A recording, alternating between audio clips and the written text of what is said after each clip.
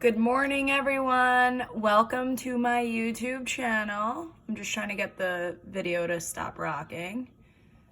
Okay, that should be good. Good morning. Welcome to my YouTube channel. Today we are starting our 6th unit, which is a unit about quadratic functions. And we're going to begin with day 1, where we define what a polynomial is, and we're going to talk about adding and subtracting polynomials. So basically, this is your first day with notes on YouTube. So basically, you're going to watch this video. I'm going to work through the notes key, or the notes, as you see here. And then you guys are going to complete an assignment. I definitely recommend you going through the notes at the same time I do. If you want, you can use the loose leaf. You also have the option of pausing the video, trying things on your own. It's totally up to you how you go about this, but I'm going to walk you through the notes starting right now. And as always, if you have any questions about anything that we go over, you can email me or you can post on the discussion board on Schoology. So for your do now here, I asked you to simplify the following expressions. So I have 3x plus negative 6x, and this is basically just combining like terms. That's going to give me negative 3x. For the next one, I have a negative outside of this quantity, so I'm going to distribute this negative. And that's going to give me negative 1 times x, which is going to give me negative x. Negative 1 times positive 4 is going to give me negative 4. And then I have this negative 6x at the end. And now I'm going to combine my like terms, and I'm going to get negative 7x minus 4. For this next one, today we're going to be dealing with expressions that have exponents greater than 1. So what you're going to learn is that as long as the or we should know this actually already, but as long as the exponents are the same, you can combine these like terms. So 1x cubed plus another x cubed is going to give me 2x cubed. X to the third can also be read as x cubed. That's why you hear me saying that. And then for the next one, same idea, but this time I have 2x squareds and 3x squared, so that's going to give me a total of 5x squareds. And there we have it for our do now. So for our notes today, we're going to start with something called a monomial. And this prefix of mon means simply just 1.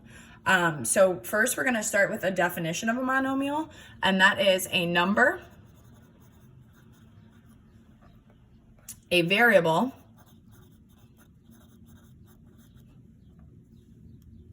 or a product, so the result of multiplying a number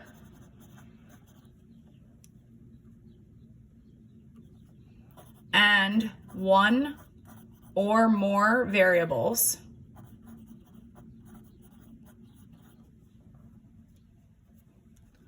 with whole number exponents. So we'll break this definition down in a second, but there's your definition for a monomial.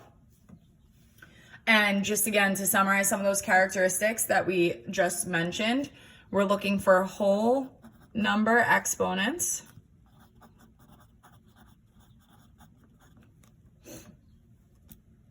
and we're looking for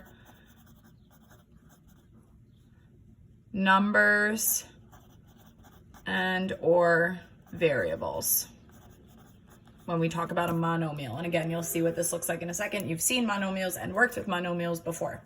So here we have examples in this part of our diagram. So if I start with just a number, let's say I have the number 8, that's a monomial. If I start with just a variable, let's say I have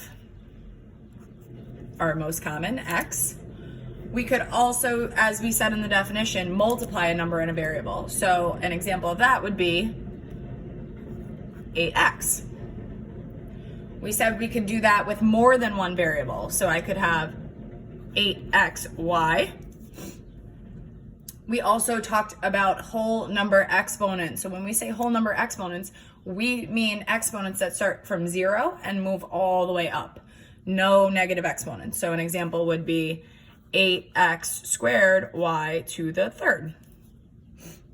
Now, the coefficient, which in this case is 8, can be negative. So you could also have something like negative 8x y to the fourth. But again, your exponents have to be 0 or greater. And those are your examples of monomials.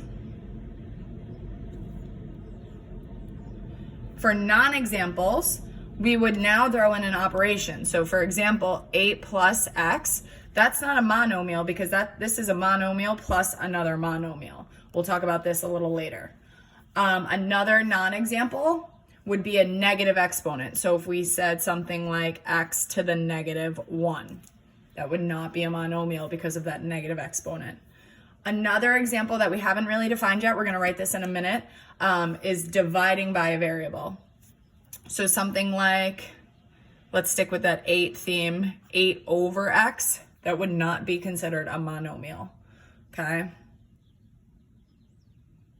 One more that technically could come up that we might see is if you had something like 8 raised to the x. Since x is your exponent, x could be anything. And again, we said we can't have negative exponents, so that would not be a monomial as well. So here's your chart for monomials, and the whole purpose of this is where our polynomials begin. A polynomial is a monomial. Now, let me pause for a second. Poly just means many. So basically, it's just many monomials. So we write a monomial or a sum of monomials where each are a term of the polynomial. So basically, it's just going to be an expression that consists of multiple monomials. When we deal with polynomials, we can have constants such as 3, 5, 2, so on and so forth. Constant is just a number. We can have variables like x, y, a, b, so on and so forth. And we can have exponents like x to the third, a to the fifth, so on and so forth, okay? All right, let's go to the next page.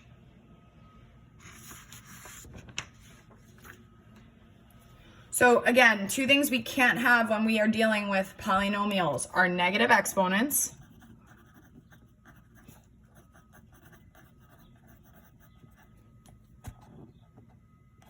or division by, division by a variable, okay? These are two things we can't have when dealing with polynomials. So here you can see, here are the terms of this expression. This is a polynomial because it consists of multiple monomials.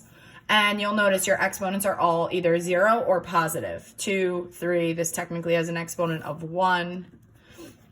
Therefore, this is a polynomial. Here are your non-examples. This one has a negative exponent. This one has a variable in the denominator, which is also dividing by a variable. Therefore, those are not polynomials, okay? A couple of other definitions. Standard form is when we write a polynomial with the exponents ordered from greatest to least, okay? So we're gonna see that in a couple minutes, but again, greatest to least for your exponents when you write your polynomials. When we talk about the degree of a polynomial, we're talking about the highest exponent or the largest exponent. And when we talk about the leading coefficient, once we write our polynomial in standard form, the leading coefficient is the coefficient of the first term. So here's a polynomial. My exponents are ordered from greatest to least, 3, 2, 1. And then my constants at the end. 2 is my leading coefficient because it's the coefficient of the first term. And the degree of this polynomial is 3 because 3 is your highest exponent or your largest exponent. Okay? So here's another example. We're going to rewrite this polynomial in standard form. So I'm going to look for the highest exponent first. I have a negative sign in front of that. So this is going to be negative x cubed. Then I have a positive 15x, and I'm always going to end with my constant, so plus 3. The degree is your highest exponent, so the degree of this polynomial is 3, and the leading coefficient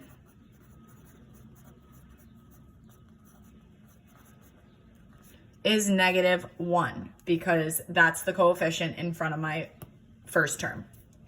We're going to do that, for example, 2 as well. I'm looking for the highest exponent, so I have x to the 6th plus 4x to the 3rd plus 3x squared minus 7. My degree here is 6. And my leading coefficient is 1. Next, we're just going to quickly mention what a binomial is. A binomial, if you think about a bicycle, there's 2 wheels, so that means there are 2 terms. A tricycle has 3 wheels, so for a trinomial, it has 3 terms.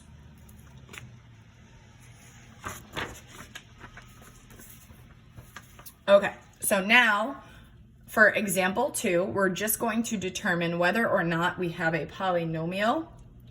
And if we do, we're going to classify it by the degree and number of terms. Here we want to try and use the names of the ones that we talked about. So again, we said if there's 2 terms, it's a binomial. If there's 3 terms, it's a trinomial. So for the first one, is 9 a polynomial? Yes, it is. Classified by degree and number of terms. Well, there's no exponent here, so the degree is 0. And since there's 1 term, it's a monomial. For the second one, is it a polynomial? Yes, because I have variables and constants and no variable in the denominator, nor do I have negative exponents. The degree is the second degree, and this would be a trinomial.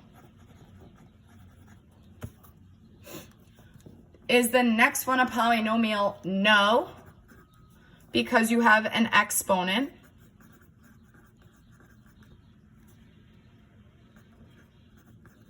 That is a variable, and you cannot have a variable as your exponent because that could technically be negative, and we cannot have negative exponents. Therefore, there is no degree. The next one is also not a polynomial because you have a negative exponent. And again, no degree, no terms because it's not a polynomial. For the last one, it appears that we do have a polynomial, because there are no denominators that are variables and there are no negative exponents. Now, we just need to clarify this one.